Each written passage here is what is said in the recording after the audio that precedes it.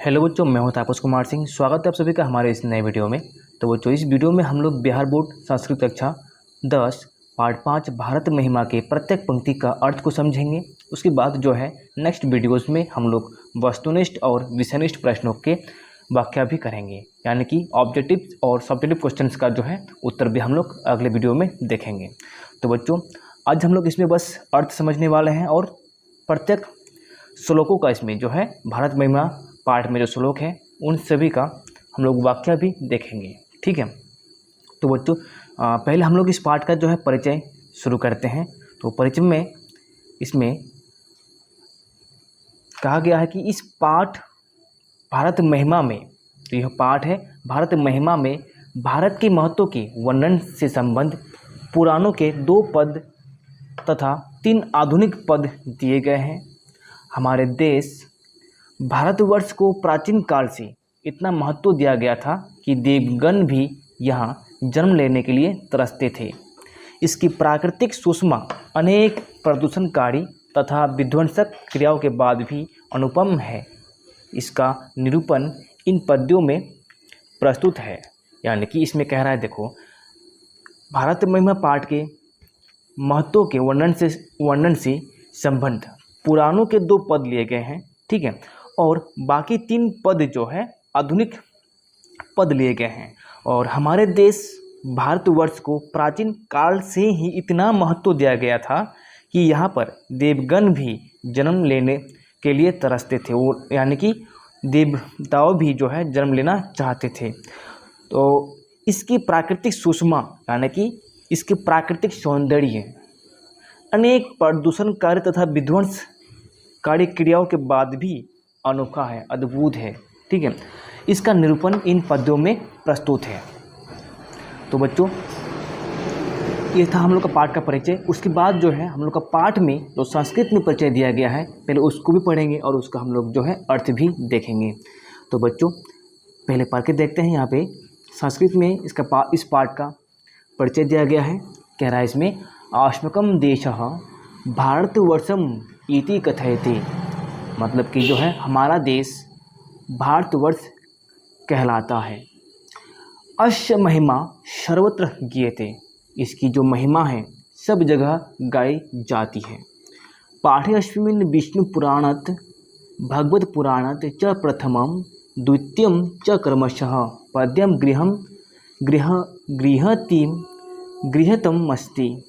गृहतम अस्ति।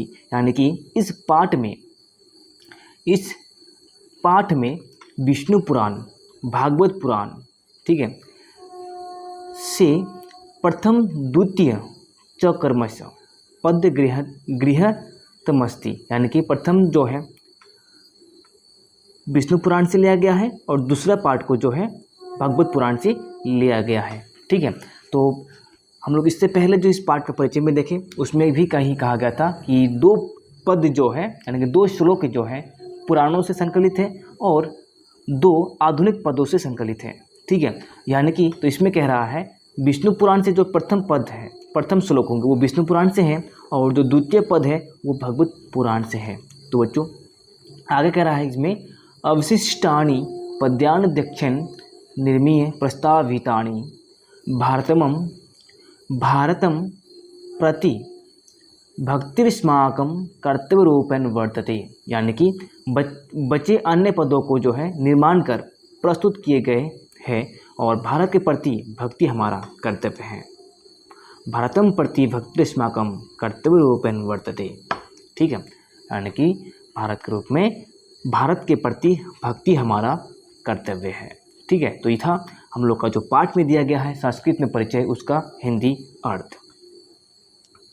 तो बच्चों, आगे हम लोग अब जो है शुरू करने जा रहे हैं इस पाठ का प्रथम श्लोक जो कि विष्णु पुराण से संकलित है। तो बच्चों, शुरू करते हैं प्रथम श्लोक। अब इसमें कह रहा है कि गायन्ति देवः किल गीतिकानि धन्यास्तुते भारत भूमिभागे स्वर्ग पावर्ग स्पद मार्ग भूते भवन्ति भूयः पुरुषः श्रुत्वात्। देखो, इसका अर्थ यह है कि देवता लोग गीत गाते हुए कहते हैं कि वे लोग धन्य हैं जिनका जन्म भारत देश में होता है। यह भूमि स्वर्ग और मोक्ष प्रदान करने योग्य है, करने योग्य साधन स्वरूप है। इसलिए यहाँ जन्म लेने वाले को देवता के समान कहा गया है। ठीक, तो हम लोग जो है इस श्लोक को फिर से दोबारा पढ़ेंगे ताकि आप लोग को भी जो है पढ़ने में कोई कठिनाई न हो। गायन्ति देवः किल गीतकानि धन्यास्तु ते भारत भूमि भागे स्वर्ग अपवर्गस्पद मार्गे भूते भवन्ति भूयः पुरुषाः श्रुत्वात्। ठीक है, आप लोग फिर मेरे साथ एक बार रिपीट करेंगे। ठीक है, तो गायन्ति देवः किल गीतकानि, गायन्ति देवः किल गीतकानि धन्यास्तु ते भारत भूमि भागे स्वर्ग पवर्ग स्पद मार्गे भूते, स्वर्ग पवर्ग स्पद मार्गे भूते भवन्ति भूयः पुरुषाः श्रुत्वात्।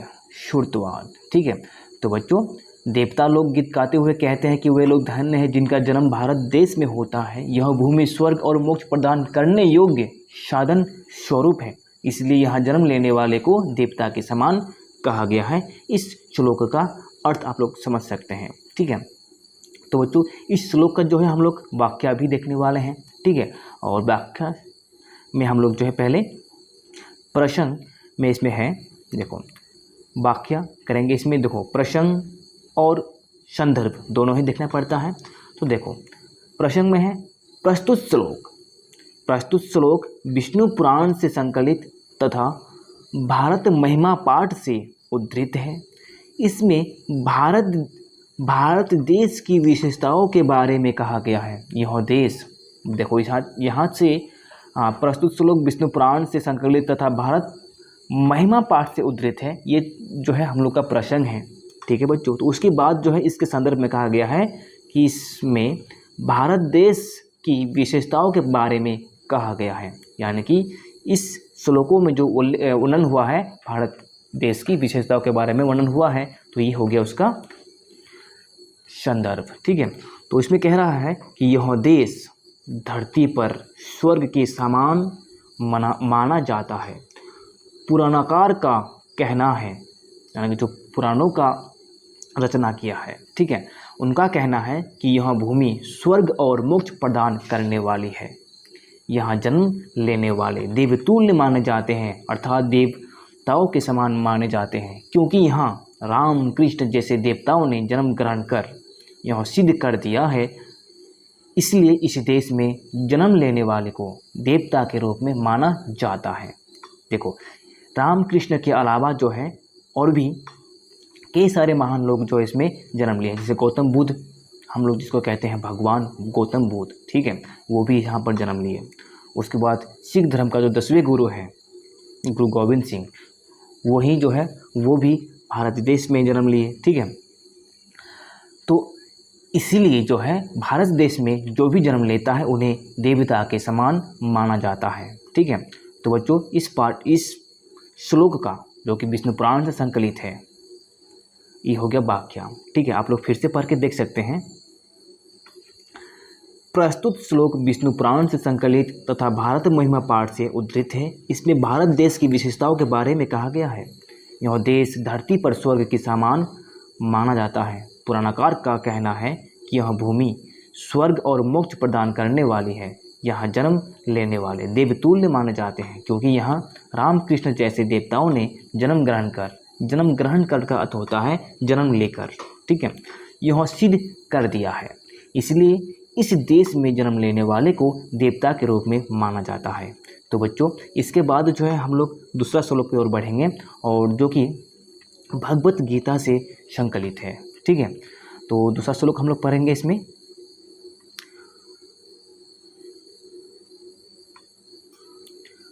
अहो अमीशाम किमकारी शोभनम प्रसन्न एषाम स्वदूत स्वयं हरिः यर्जन लब्धम नृषु भारता जीरे मुकुंद सेवोपैकम स्पृहहीनः। ठीक है, देखो आप लोग मेरे साथ फिर से रिपीट करेंगे इसमें।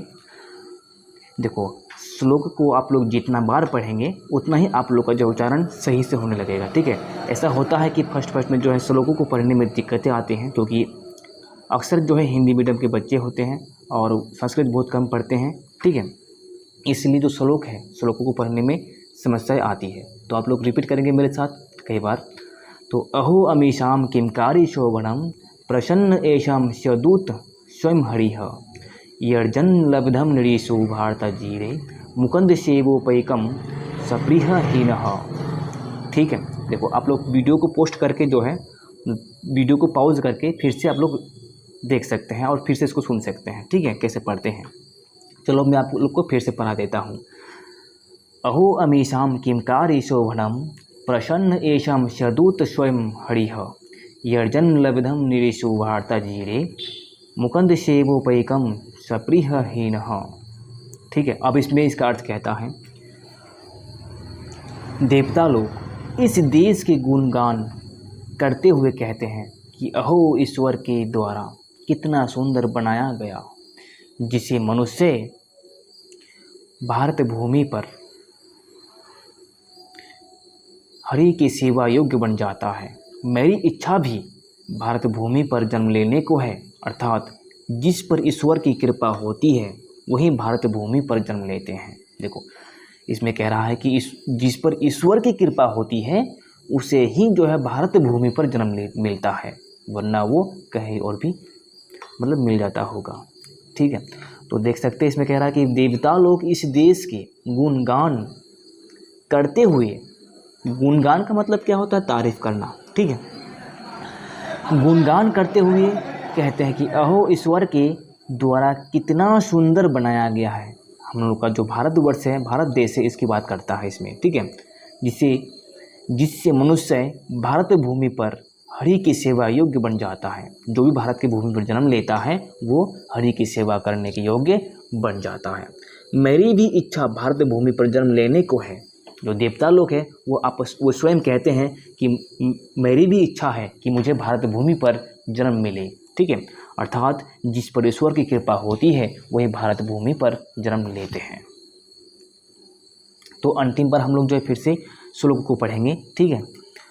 तो अहो अमीशाम किमकारी शोभनम प्रसन्न येषाम स्यदूत स्वयं हरिः यर्जन लब्धम निरीशु भारता जीरे मुकुंद सेवोपैकम सप्रिय हीनः।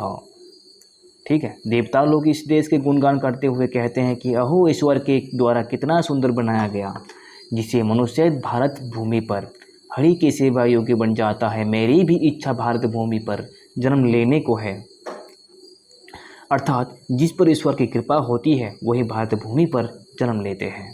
तो बच्चों इसके बाद जो है हम लोग का और भी 3 श्लोक हैं जो कि आधुनिक पदों से संकलित हैं, ठीक है। तो इसमें हम लोग पढ़ेंगे, तो उससे पहले जो है ना इस श्लोक का जो है हम लोग पहले वाक्य देखेंगे, और वाक्य में पहले प्रसंग में दिया गया है प्रस्तुत श्लोक। हम लोग जानते हैं कि ये भागवत पुराण से संकलित है, ठीक है। प्रस्तुत श्लोक भागवत पुराण से संकलित तथा भारत महिमा पाठ से उद्धृत है। इसके संदर्भ में कहा गया है कि इसमें भारत देश की महानता के बारे में कहा गया है। इसमें भारत देश की महानता के बारे में कहा गया है और कह रहा है कि पुराणकार का कहना है कि भारत ही ऐसा देश है जहां भगवान भी जन्म लेने की इच्छा प्रकट करते हैं। इस देश में जन्म लेने वाले मनुष्य धन्यवाद के पात्र होते हैं, धन्यवाद के पात्र होते हैं, क्योंकि श्री हरि की सेवा के इच्छुक होते हैं, क्योंकि वो जो है श्री हरि की सेवा के योग्य बन जाते हैं।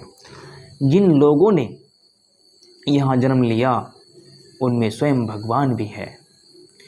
इन्हीं विशेषताओं के कारण देवता इस देश के गुणगान करते हैं, ठीक है। आप लोग फिर से देख सकते हैं पुराणकार के अनुसार कि भारत ही ऐसा देश है पूरे संसार में जहां भगवान भी जन्म लेने की इच्छा प्रकट करते हैं। इस देश में जन्म लेने वाले मनुष्य धन्यवाद के पात्र होते हैं, क्योंकि श्री हरि की सेवा के इच्छुक होते हैं, अर्थात कि वो श्री हरि की सेवा करने योग्य बन जाते हैं। और जिन लोगों ने यहाँ जन्म लिया है उनमें से स्वयं भगवान भी इस धरती पर जन्म लिया है। स्वयं भगवान भी है, मतलब कि इस धरती पर जो है स्वयं भगवान भी जन्म लिया है। इन्हीं विशेषताओं के कारण जो है देवतागण इस देश का गुणगान करते हैं, भारतवर्ष का गुणगान करते हैं, भारत का गीत गाते हैं। ठीक है, तो बच्चों इसके बाद जो है हम लोग पढ़ेंगे अब आधुनिक 3 पदों की ओर। तो पहला पद है हम लोग का इसमें यम निर्मला वत्सला मातृभूमि प्रसिद्धम सदा भारतम वर्षम एत विभिन्न जना धर्म जातीय प्रभेदे गृहेकत्व भावम वहंतो वसंती। देखो बच्चों ये हम लोग का आधुनिक पदों में से पहला पद है। ठीक है, तो इसमें कह रहा है कि यम निर्मला वत्सला मातृभूमि प्रसिद्धम सदा भारतम वर्षम एत विभिन्न जना धर्म जाति प्रभेदे गृहेकत्व भावम वहंतो वसंती। ठीक है, देखो आप लोग मेरे साथ रिपीट करेंगे फिर से। ठीक है, जितना बार आप लोग रिपीट करेंगे उतना ही जो है आप लोग का जो श्लोक को पढ़ने का जो शुद्धता है वो बढ़ेगा। ठीक है, कई बार जो है फर्स्ट में पढ़ने में श्लोकों को कठिनाई तो होते ही रहता है, हर किसी को थोड़ा थोड़ा होता है। ठीक है, तो यम निर्मला वत्सला मातृभूमि प्रसिद्धम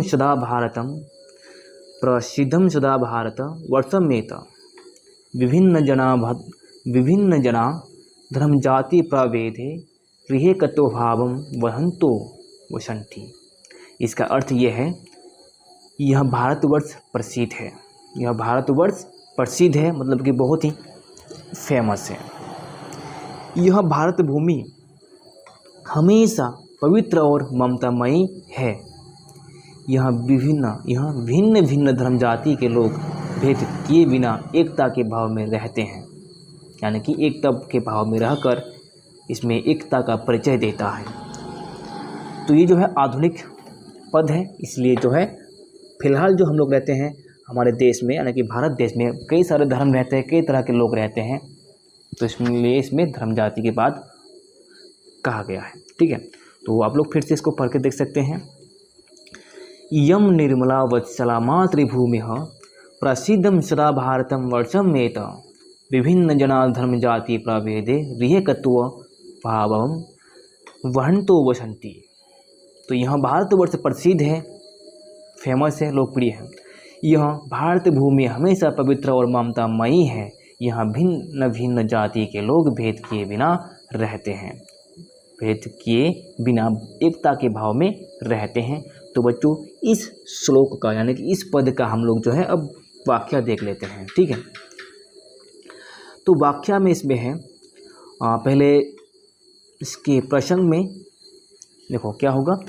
प्रस्तुत श्लोक भारत महिमा पाठ से उद्धृत है और इसके बाद जो है हम लोग ये कर सकते हैं कि प्रस्तुत श्लोक आधुनिक पदों से संकलित है। ठीक है, आधुनिक श्लोकों से संकलित है और भारत महिमा पाठ से उद्धृत है। इसमें भारत देश की विशेषताओं के बारे में कहा गया है। इसके संदर्भ में है क्या कि इसमें भारत देश की विशेषताओं के बारे में कहा गया है। ये आधुनिक श्लोक है। ठीक है, तो इसमें कह रहा है कि विद्वानों का कहना है, विद्वानों का कहना है। देखो इससे पहले वाला श्लोक में क्या था, पुराणकार। पुराणकार का मतलब क्या है कि जिसने पुराण का रचना किया है।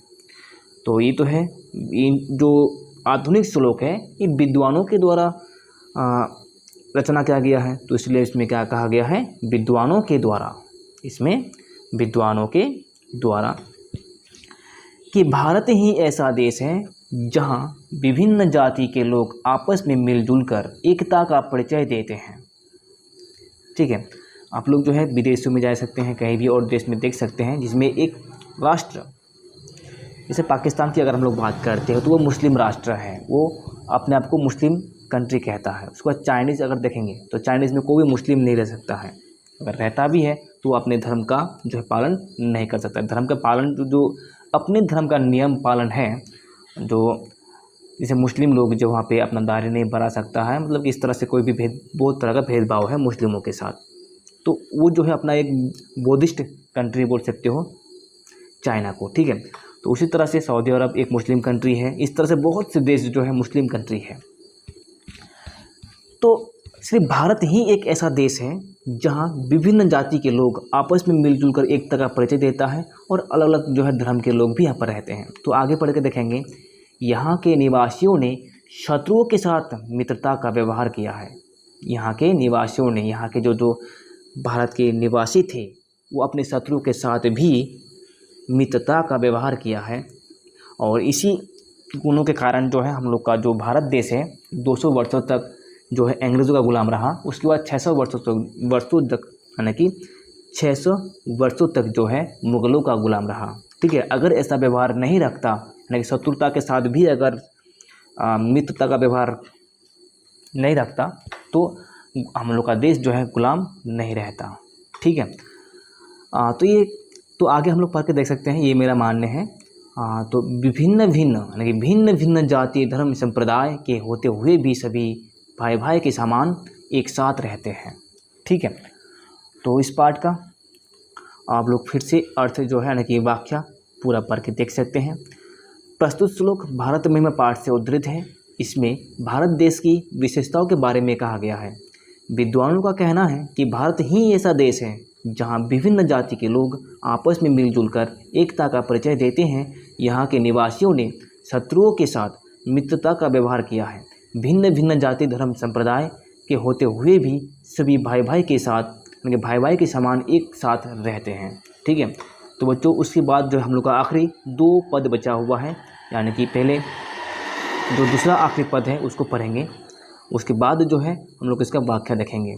तो बच्चों इसमें कह रहा है, देखो, विशालाश्मदीय धरा भारतीय सदा सेविता सागरे रैम रूपा बने हैं पर्वतेर निर्झरेर भय भवय भूति। देखो इसमें इसको पढ़ेंगे ऐसे से, पर्वतेर निर्झरेर भवय भूतिर्भवन्ति वीरेशा शुभा चापगाविह। ठीक है, विशाल आश्मदीय धरा भारतीय सदा सेविता सागरे रम रूपा वने पर्वतेर निर्झरेर भवय भूतिर्वहन्ति वीरेशा। देखो ये जो हम इसमें एक साथ पढ़ रहे हैं इसको,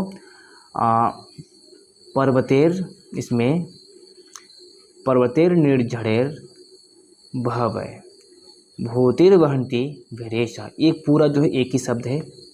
ठीक है, इसलिए इसमें जो है ना डैश दिया गया है। तो आगे आप लोग पढ़ेंगे इसमें शुभा चापगाविह, यानी कि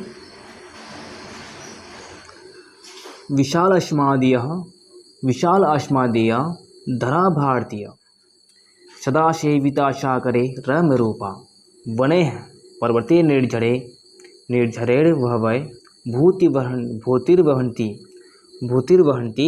वीरेशा शुभा चापगाविह। देखो इसका अर्थ हम लोग देख सकते हैं। इसमें कह रहा है कि विशाल आश्मादीय यानी कि जो हमारा देश है वो विशाल है।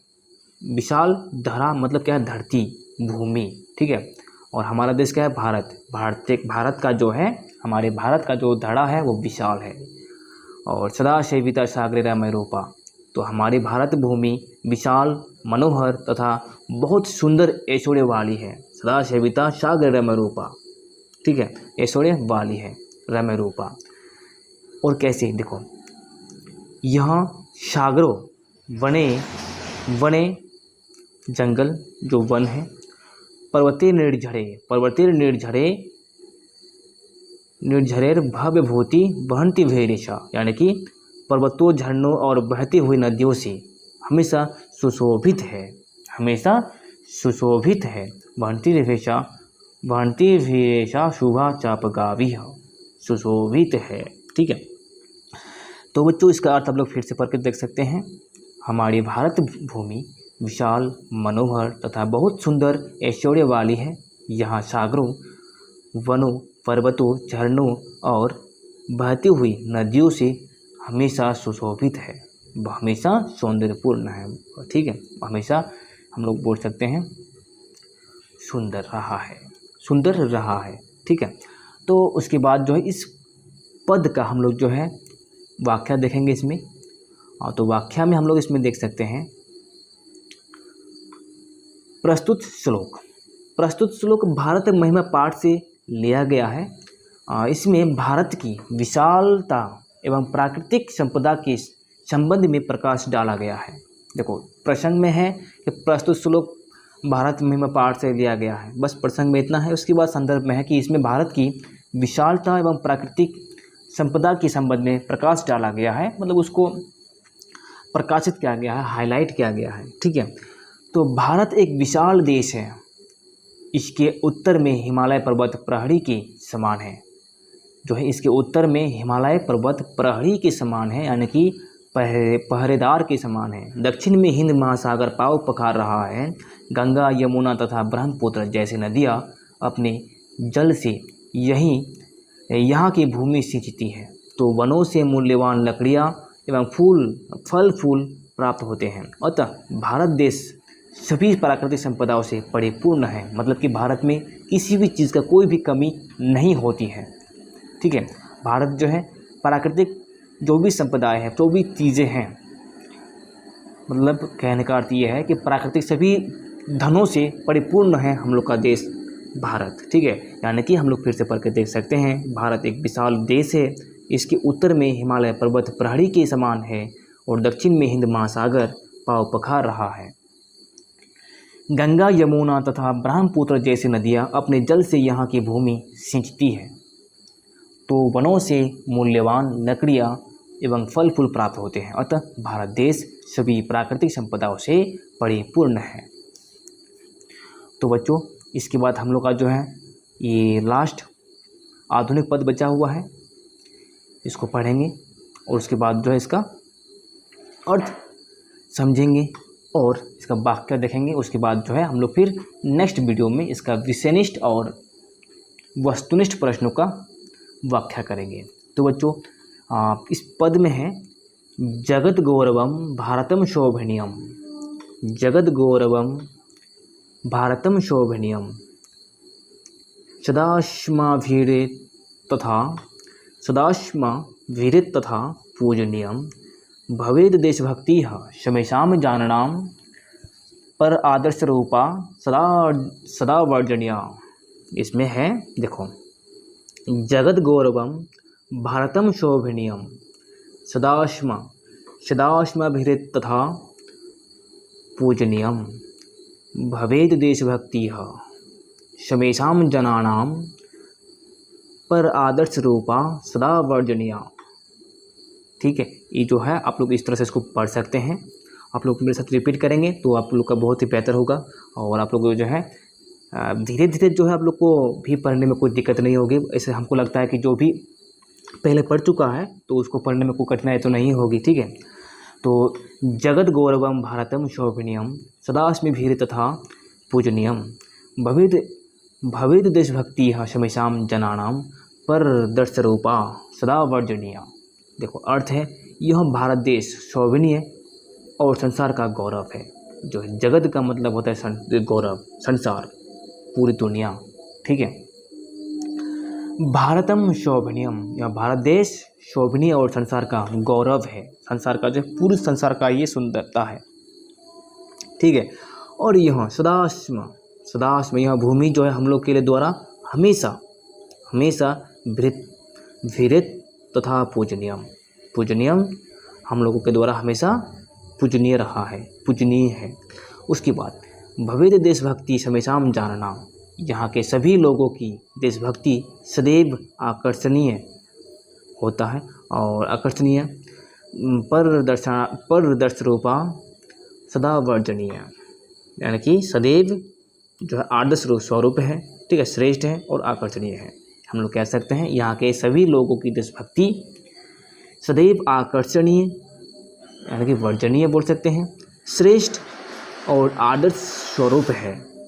ठीक है, तो यहाँ भारत देश शोभनीय और संसार का गौरव है। यह भूमि हम लोगों के द्वारा हमेशा पूजनीय है। यहाँ के सभी लोगों की देशभक्ति सदैव आकर्षणीय, श्रेष्ठ और आदर्श स्वरूप है। तो आप लोग जो है लास्ट इसमें इस पद को पढ़ के देख सकते हैं।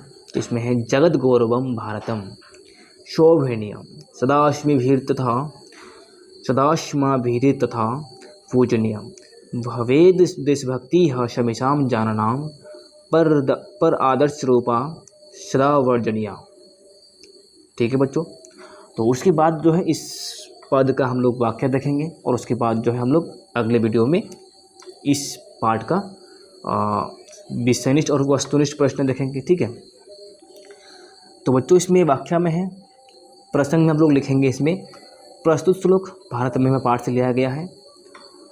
इसमें देशभक्ति की विशेषता पर प्रकाश डाला गया है और इसमें कह रहा है कि कवि का कहना है, इसमें कवि का कहना है कि हमारी देशभक्ति इतनी मधुर है, हमारी देशभक्ति इतना श्रेष्ठ है, इतना आदर्श स्वरूप है, यानी कि मधुर है कि विश्व इसके समक्ष नतमस्तक है। इसके समक्ष जो है पूरा विश्व नतमस्तक है। हर व्यक्ति में देशभक्ति की तीव्र भावना है, सभी देश की रक्षा के लिए तन मन धन से समर्पित है। इसके आदर्श आचरण के कारण हमेशा शोभनीय और पूजनीय है। ठीक है, हम लोग का जो देश है, हम लोग का देश में जो आदर्श है, आदर्श आचरण के कारण हमेशा शोभनीय और पूजनीय रहा है। हम लोग का देश आज भी पूजनीय और शोभनीय है। ठीक है, और आगे भी रहेगा। तो बच्चों आप लोग फाइनली इसको पढ़ के देख सकते हैं फिर एक बार। और प्रस्तुत श्लोक भारत महिमा पाठ से लिया गया है। इसमें देशभक्ति की विशेषता पर प्रकाश डाला गया है।